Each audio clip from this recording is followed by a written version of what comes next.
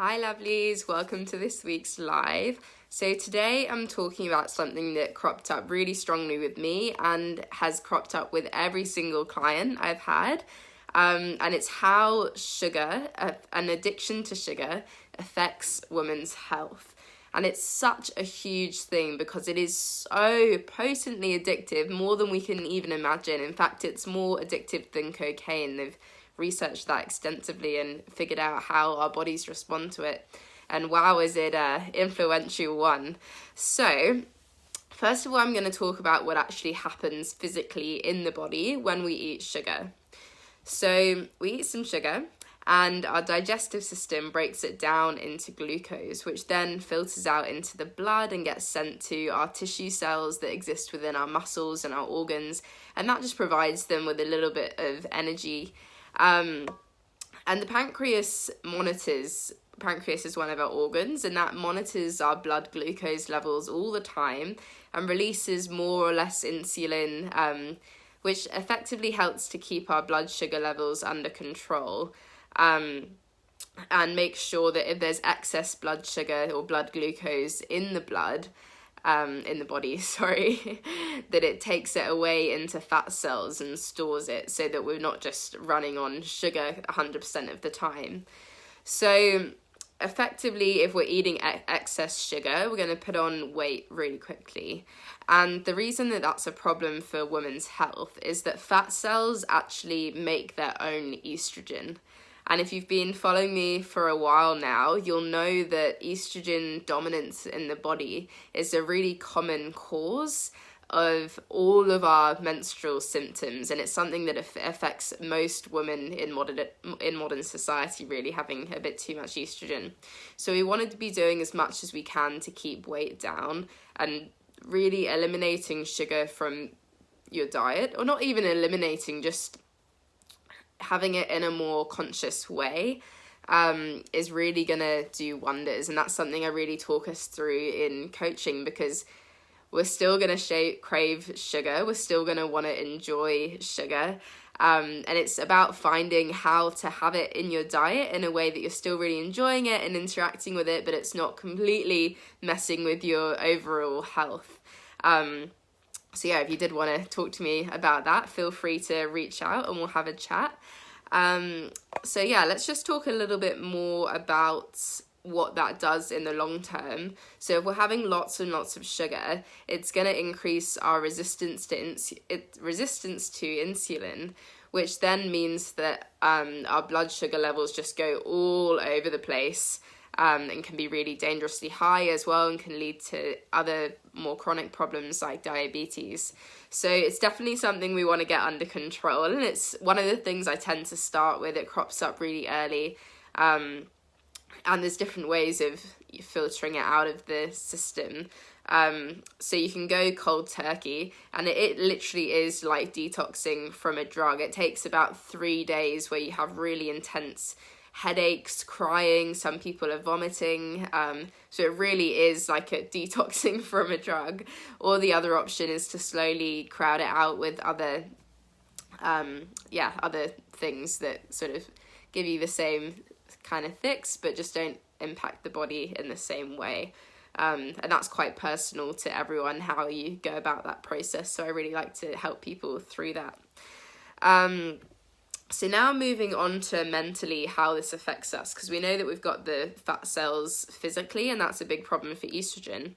But mentally, sugar actually gives us a massive dopamine and serotonin release, and these are kind of our happy hormones. So and that's because sugar was like such an important thing to find in the wild when we were way back in the day before modern society.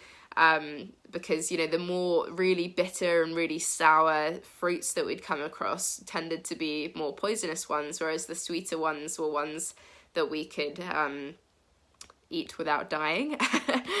And yeah, as well, just being able to put that away. And fat cells as well was really important when food was a bit more scarce. The problem now is that we've got access to it everywhere, and it's almost impossible to avoid it, and it is so addictive, so we want it every time we see it. So we're getting this massive happy hormone release, and it kind of lights up the part of the brain that makes us feel rewarded. So we feel this sense of achievement, which in itself is highly addictive psychologically. And it's this exact same process that happens when we have substance addiction. So it lights up the exact same part of the brain when you have like a cigarette or alcohol or cocaine, whatever it is. So yeah, you can really see how it's not just a food. This really needs to be thought about more of a substance, really, that we can become addicted to, and we really need to be careful around. And the way that all affects women's health is that if you're getting this huge dopamine hit and it's making you feel happy, it kind of inhibits your dopamine transporters, which means that the next time that you have sugar, you're going to need a little bit more to feel the same big hit. And the next time you need a little bit more and a little bit more, and it builds up and up and up to the point where you need to sit down and eat like a whole massive chocolate bar to feel that same level of like happiness and reward, instead of just like a tiny square of dark chocolate. But the good news is that we can filter it back down as well to being really satisfied and enjoyed, experiencing enjoyment off of just a small little square, which I know might not sound that exciting, but it can be such a nice ritual to really enjoy something really small that you've put a lot of love into creating as well. So yeah, that affects our women's health, because when we're having these fluctuations in mood, of course we've got that going on anyway in our inner autumn. So if we're exacerbating that throwing around of emotions, it's just going to make our PMS or PMDD even worse. And it's also unfortunately going to throw up our cortisol levels, which is our stress hormone. And cortisol, as I've explained before, blocks progesterone receptors, so it kind of latches onto the same thing that progesterone's trying to get into. And progesterone's kind of your like relax, calm everything down hormone that comes in our inner autumn or our premenstrual phase. So it's really important that we're keeping cortisol levels low. It's difficult to do that when mood is being thrown around with lots of sugar. And adding on to all of this as well is that rise in progesterone does actually affect our resistance to insulin. So again, that means that it's difficult to put the glucose in the right places, really, and it ends up being stored as fat cells. So a lot of people find that they'll put on a bit of weight before they come on their bleed, and then they lose it again. It's kind of this cycle of putting on and losing weight, and it has a lot to do with our hormones. So yeah, that's kind of how it affects us as women. I'm just looking at my notes to see if I've missed anything. Yeah, just the final thing as well, that fructose is the type of sugar that tends to be put in things like sweet drinks, and a lot of our chocolates and processed foods, and even bread. You'd be surprised the amount of sugar that's put into store-bought bread, unfortunately. Because it is so addictive, they want you to keep buying from them. It's pretty messed up, but is what it is, modern world.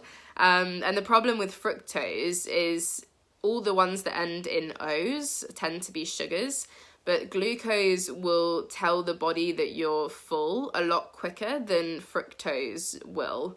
So if you have like a can of Coke, I don't know if that's necessarily got fructose in, I'm just assuming it does, but a lot of sweet sugary drinks will have fructose, and you'll find that you don't really feel that full, whereas if you had the same amount of glucose, you'd find that you wouldn't be able to eat as much. So that's obviously a problem if we're putting like even more sugar into the body, and then it does eventually get converted into glucose and brings up our blood glucose levels, and the whole cycle continues. So yeah, I hope you can see how much sugar affects addiction and our women's health in general as well. And if this is something that you're really struggling with, don't see it as, oh, it's just sugar, like, I shouldn't be struggling with it so much. Believe me, it is highly, highly addictive. If you are struggling with it, it makes complete sense. And I would love to support you through that. And I've got through it myself. I've put the chocolate behind and found ways of bringing it into my life in more wholesome and nourishing ways. And I've helped a lot of my clients to do that as well. So please reach out to me, drop me a message if you'd like some support in this area. And just to highlight as well how this affects our spiritual connection too, because the more that we're being drawn out of the body, looking for happiness in other things such as sugar, the less that we're finding that happiness and that joy within. So yeah, if you're looking for that warm, yummy feeling, just try to bring it into yourself a little bit more. And again, I can help you through that as well. Okay, thank you so much. I'll be jumping on at the same time next week to talk about the link between sexual trauma and addiction. And of course, that all ties into women's health quite impactfully. So I'm looking forward to discussing all of that with you. But for now, have a good week. If you've got any questions, drop them in the comments and I will get back to you as soon as I can. All right, sending you so much love. Bye.